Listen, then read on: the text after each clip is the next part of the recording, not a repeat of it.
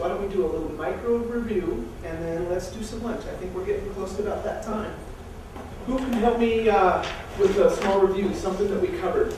Maybe we'll just kind of pop around, and I'll just ask you quickly, and maybe you can just tell me something that you thought or you learned or something like that. This is just a small little review. Shannon, can I pick on you? Yeah, I already learned that I love the math. I'm definitely switching to that. So, yeah, use that chooser, set that as your default. Yeah. There's a, can I tell you a story about this map just really quick? 2 years ago, we came up with this concept. It's been through a number of different versions and stuff like this. And there's a lot of thought put into this. If you go to the map and you actually read the little help file for it, it'll kind of say, there's a reason these are in the corners. There's a reason this is here. There's a reason this is a supporting document. There's a reason there's a flow. There's a ton of thought that went into this particular thing. And there's lots of pieces that are hidden underneath these things, but these are the main categories of what Adilas does and how it kind of functions. And we wanted to kind of put it into a map so that you kind of felt like, okay, yeah, I feel like I'm almost going to go on a tour, and over here, oh, invoices, what do you guys do? We sell parts and time. Oh, look, you're right there, perfect, what do you do? Oh, I do, look around and see what kind of, it'll help you out a ton. Thanks, Shannon. Okay, Mom, Cheryl.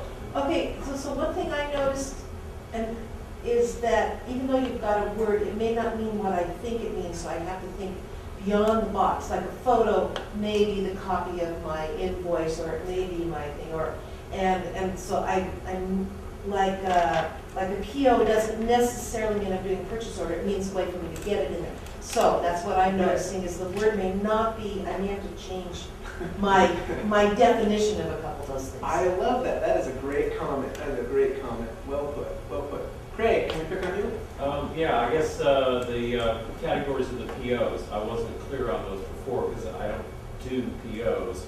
Sure. The live and the specials, I really didn't know the difference between a lot of those. Okay, there are 6. Right. There's 6 of them. 6. there are 6, and they are for specific things. Right. Okay, and we can cover that a little bit more deeper when we go into POs. Very good. Great. David. Right, everything been familiar with. Okay. Okay. Good. Good. Chris, have we lost you yet? Oh no, this is all very familiar. And we just moved to the big boy of accounting, Sage, Mass 500, and I hate it even more now. So yeah, you guys easily compete with it. This is nice, very nice. Yeah. Ideally, what's happening here is it's kind of dummied down. There's some things that are happening in the background. Like, you did this, it's cause and effect, but what we do is we present it on the user level. Hey, I'm just Joe Blow, I'm receiving this inventory. I'm going to receive it, it's going to do this, I'm going to do this. In the meantime, what it does is it starts that thing on a journey, and eventually somebody's going to be able to go, that's good data. Oh yeah, we're going to keep that. Oh, I'm going to modify this just a little bit here. Basically, that's what we do, but the person who enters it at their level, they're happy, they're doing their little job, put it on a little sticker, stick it on here, next one, they're happy. Look, I just clicked off a whole PO, it's got 100 line items, put it all, new barcode labels, it's all done, it's on the thing, it's already in the system, they can sell it, they're happy. But in the meantime, you just created inventory, you created all these things that you're eventually going to pull over to cost of goods sold, you created payables, you don't even know it, but it's literally a cause and effect relationship as far as operations, leads, accounting. Yeah, see, mine is the auditing, the ability to audit using the reporting that's there. Very quickly, click on something, be able to look at the whole trail, the audit trails. Yeah. That's really nice. It goes deep. It goes deep if Yeah. you want to. If you don't want to go deep, you can kind of play at whatever level. We have this small graphic. My daughter, she drew it. I'll show you the graphic just real quick. It's really easy.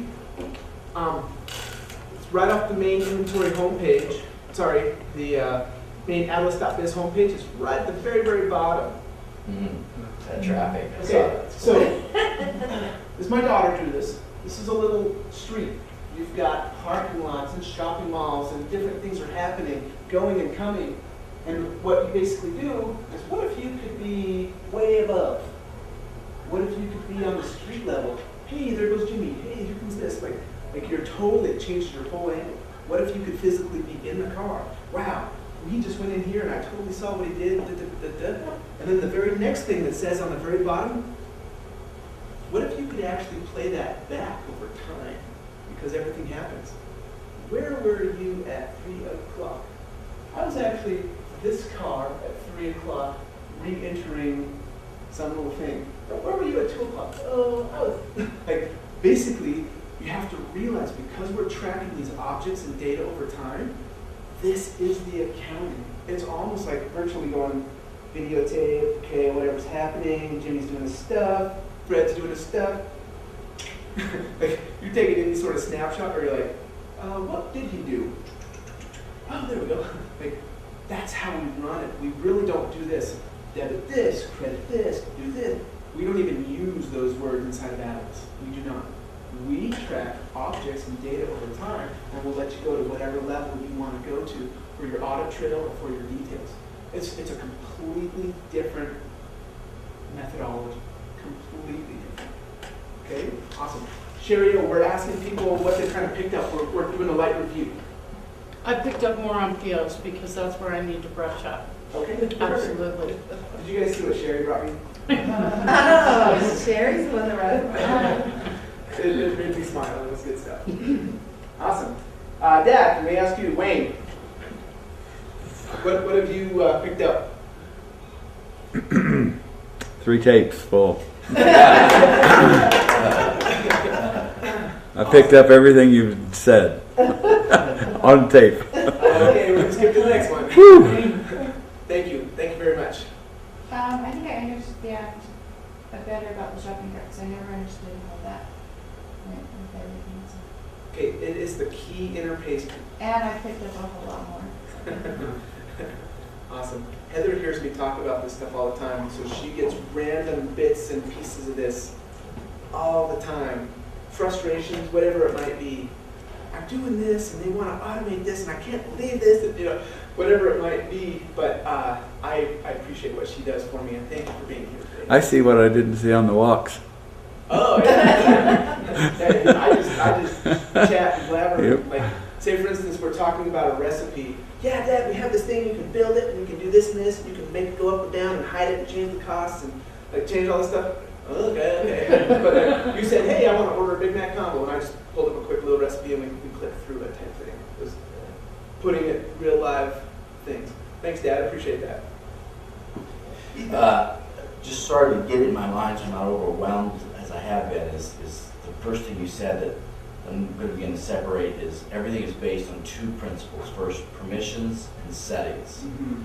And begin to break those out and see how it works between permissions and setting for my client.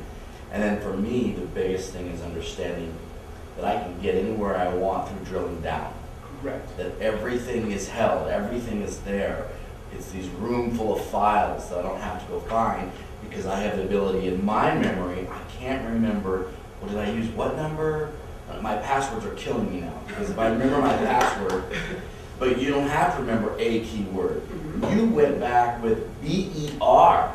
You went back with COM. You went back with anything that's close allows me to go back and drill down.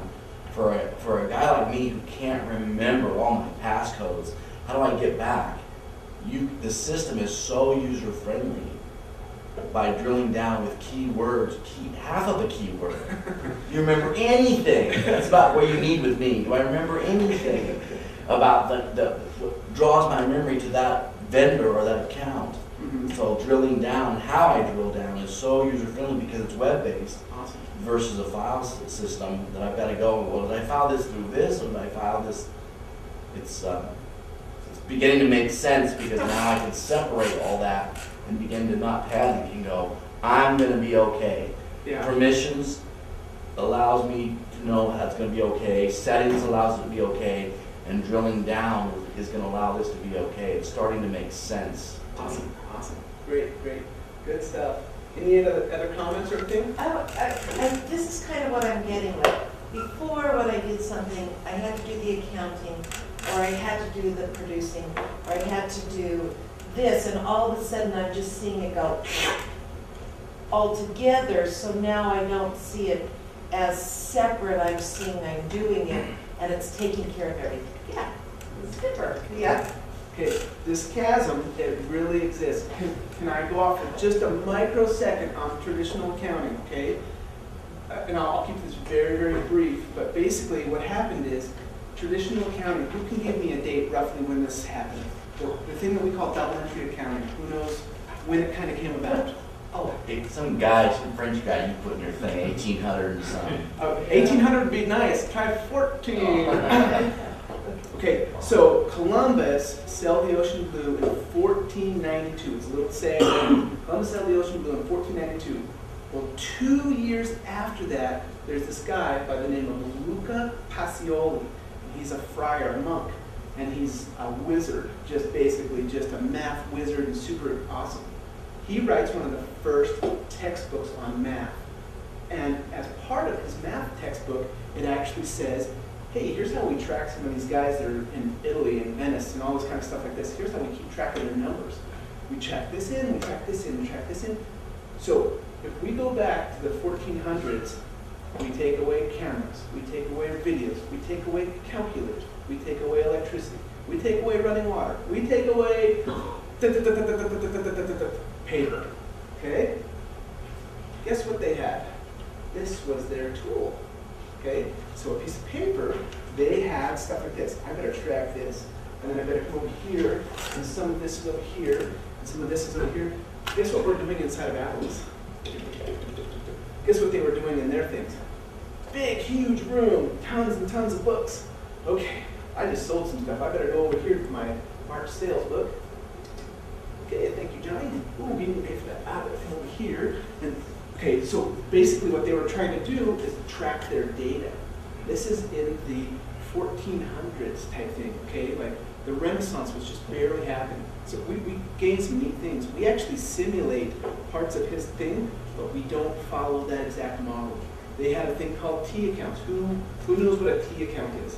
I heard somebody say 7 entry level account. And you want me to remember that part? So, okay, a T account basically is like this. You have a positive side and a negative side, and you can make the thing bounce back and forth in order to make it balance, okay? It's called a T account.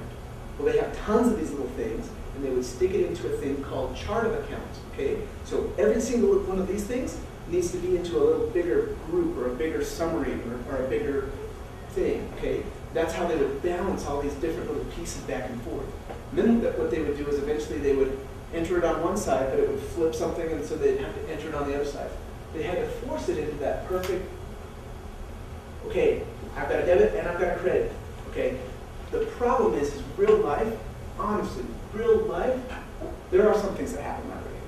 But often, it goes, woo, okay, now I'm back together, woo, like, and you have to be able to do that, and that's what we basically say, well, hey, we'll just follow you, what are you doing, okay? We're videotaping what you're doing. Every action that we do, if I wanted to pull up the history that Brandon did today in this company, guess what I could do? Come here to my homepage, I could say my stuff, and I could come here and say, let's see here, this is just logins and stuff. Let's see here, I may not have this particular permission turned on for me, but I could do this. Watch this. Here's the history homepages. Today we've created a number of invoices, a number of POs, a number of expense receipts. And if I click on here, guess what I'm going to see? Okay, Brandon did 16 things in PO, 3 in expense receipts, 1 in vendors, 1 in a product history, and 2 in invoices. And let's go check out POs. Okay, it looks like he verified this PO so we could pay it. Then he marked this one fine, and then he did this. And this is what Brandon did today, okay? So it's amazing how we can kind of go in there and track all this stuff. This is happening behind the scenes. I didn't add a single line to this. But guess what it says?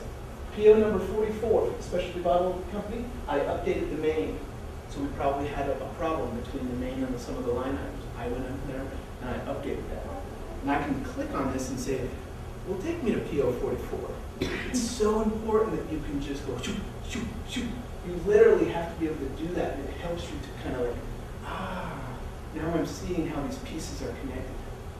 We are going to do lunch, but just as a preface, what we are going to do after lunch is we are going to physically make some objects, and then we're going to come to the computer object, same object. I want you to physically build objects, okay? We're gonna take a plate, and you're gonna say, I'm gonna have the name, and the line item, and the payments. What am I gonna add to these things? And what am I gonna do when I'm passing over time? And is it connected to anything? And this type of thing. And then we're gonna come back to the system, and what you create in the object world, I'm gonna show you how to do it in the computer world. So it's like, oh my goodness, the little thing that I just made out of paper cups and paper plates, I can do that in the system. I can figure out anything I want to track, and as long as I know what the tools are, I can create my objects, start running them through time, that type of thing. We're going to do that kind of right when we get back from lunch. Any other questions before we break for lunch?